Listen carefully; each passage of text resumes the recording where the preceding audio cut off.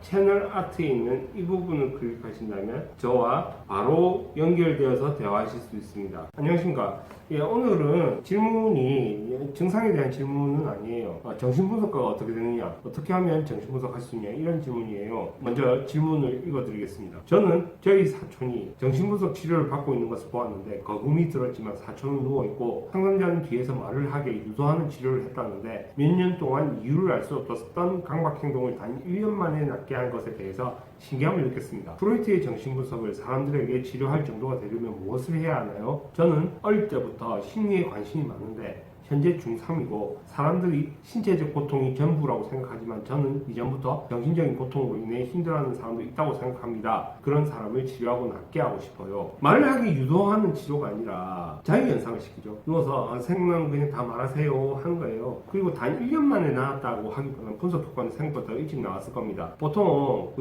학교에서 가르치거나 할 때 분석 효과 나오려면 한 1년 정도 걸린다. 진짜 1년 동안 분석을 해야 효과 나온다고 생각을 하는데 아닙니다. 그거는 이제 임상 경험이 없기 때문에 그렇게 이제 상상해서 이야기를 하는 거고, 실제 분석 임상에 들어가면 바로 첫 번째도 효과 나와요. 효과 나오고 재발과 회복을 반복합니다. 정신분석 임상에서 그래요. 그래서 정신분석에서 재발이 잦다고 하는 이유가 그거예요. 그리고 제가 개발한 컨디셔닝 프로그램만 실천해도 괜찮아지는 경우가 있습니다. 이 프로그램은 생활관리 프로그램이지 이 분석은 아니에요. 근데 이 생활관리 프로그램으로도 효과가 나올 수가 있어요. 그리고 중요한 거는 정신분석에서 치료하는 주체는요, 정신분석가가 아니에요.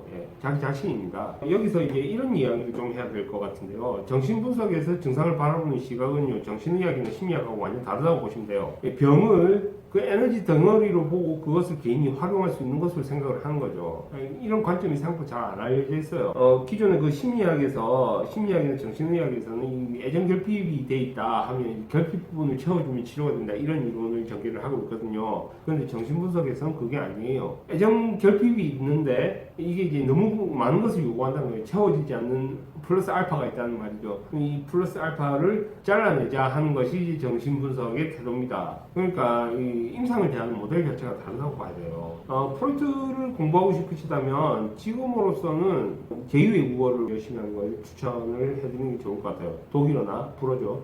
프로이트를 직접 읽는 게 제일 좋습니다. 보통 영어판이 좋지 않냐 하는데 영어판이 별로 안 좋아요. 불어판이 좋다는 말은 있습니다. 왜냐하면 프로이트 전집을 라칸이 새로 싹 번역해가지고 만든 것이기 때문에 불어판이 훨씬 좋다는 말이 있죠. 미국에 들어간 정신분석은 상당히 오역이 심합니다. 제임스 스트레이치가 충동이라는 말 잘 몰라가지고 본능으로 써가지고 오해가 심해졌다, 그런 말도 하거든요. 그리고 사실상 정신분석가가 양성이 되려면요, 국내에도 이 정신분석가를 양성하겠다는 그런 기관은 있어요. 그런데 정신분석가 자격증이 두 개가 있습니다. 하나는 정신분석가예요. 정신분석가는 치료하고 임상을 담당합니다. 두 번째는 그 정신분석가를 양성할 수 있는 정신분석 전문가입니다. 문명 비판도 하고 정신분석가 양성도 하는 거예요. 이 사람들이 학파에서 양성을 하는 거죠. 원래는 이 정신분석 전문가 아래에서 정신분석가가 양성되는 게 맞아요.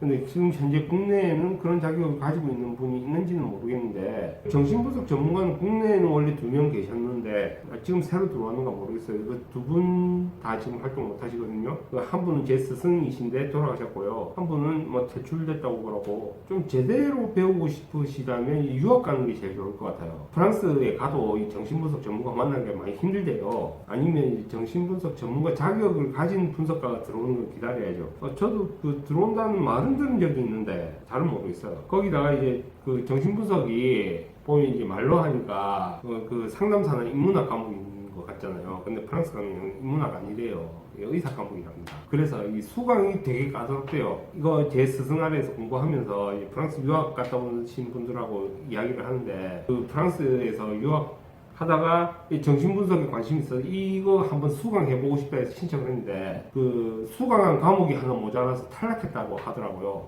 너무 깐깐하게 본대요. 거기서는 쉽게 배울 수가 없어요. 그러니까 사촌을 분석하신 분석가가 어떤 분인지는 저는 모르죠. 근데 이제 프랑스 학파 출신이라면 그런 분석가 양성하는데 최소 6년 걸려요. 임상 과정도 따로 하면 더 오래 했겠죠. 제 스승도 프랑스에서 한 15년 공부하고 오셨거든요. 그래서 이제 상당히 오랜 수정 과정이 필요하고 또 읽을 것도 되게 많은데 정신분석에 대해서 프로이트도 많이 읽어야 돼요. 저도 이제 프로이트 한 10년 동안 계속 보고 있으니까 보통 그 일반 상담처럼요 뭐 시험 쳐서 되는 것도 아니에요. 정신분석가는 자기가 분석한 내용 치료 사례를 자기 분석가한테 보여줘야 되거든요. 거기다가 이제 자기 분석가한테 직접 분석까지 받아야 돼요. 그 경험의 차이는요 임상에서 바로 드러납니다. 임상에서 경험하는 것의 그 차이를 바꿔버려요.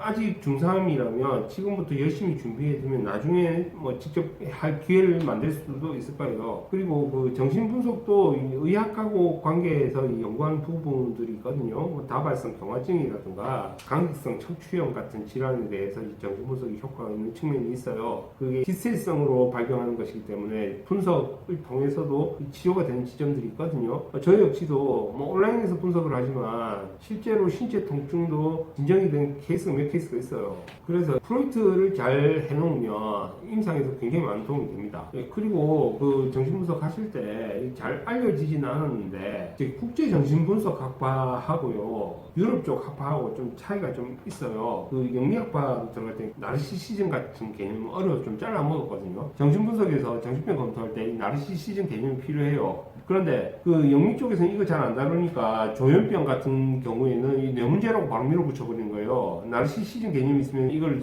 충분히 설명할 수가 있는데 제가 예전에 제 카페에 찾아오신 분이 조현병 진단을 받았대요. 정신분석하는 뭐 사람을 찾아갔는데 그 사람이 그러더래요. 조현병은 뇌문제라서 정신분석이 소용없다. 이런 이야기를 한다면 이 사람은 정신분석 초기 이론밖에 안 봤다는 얘기입니다. 프로이트 후기 슈레버 연구하고 슈레버 연구를 통해서 나르시시즘 이론이 개발되고 나서 정신병에서 전이 문제를 관찰을 하거든요. 프로이트가. 그래서 편집증 문제를 다룰 수가 있게 됐단 말이에요. 제자들을 연구를 많이 했지만 그런 개념들에 대해서는 공부를 안 하신 분이라는 말이 되죠. 그리고 뭐 프로이트에 있어서 개념 오해도 꽤 있습니다. 나르시시즘 같은 경우에는 뭐 거울 보고 셀카 찍고 하는 거 이거 가지고 나르시시즘이라고 하는 전혀 아닙니다. 뭐 죽음 충동 같은 개념도 좀 어려우니까 좀 빠져있는 것도 있어요. 그래서 이 정신분석 특히나 프로이트에 대해서 오해가 지금 굉장히 심한 편입니다. 그래서 프로이트 정신분석을 치료 현장에서 적용하기 위해서는 프로이트를 읽는 게 제일 중요해요. 제 스승도 프랑스에서 교육에 대해서 코멘트가 있었나 봐요. 코멘트가 있었는데 그 코멘트가 프로이트를 읽혀라 였어요. 프로이트가 아무래도 정신분석에서 제일 중요하니까 그래서 프로이트를 직접 읽는 그런 언어 실력을 갖추는 게 최우선이라고 볼 수 있을 것 같아요. 그럼 오늘 영상은 여기까지 하도록 하겠습니다. 영상이 도움이 되셨다면 구독, 좋아요 부탁드립니다.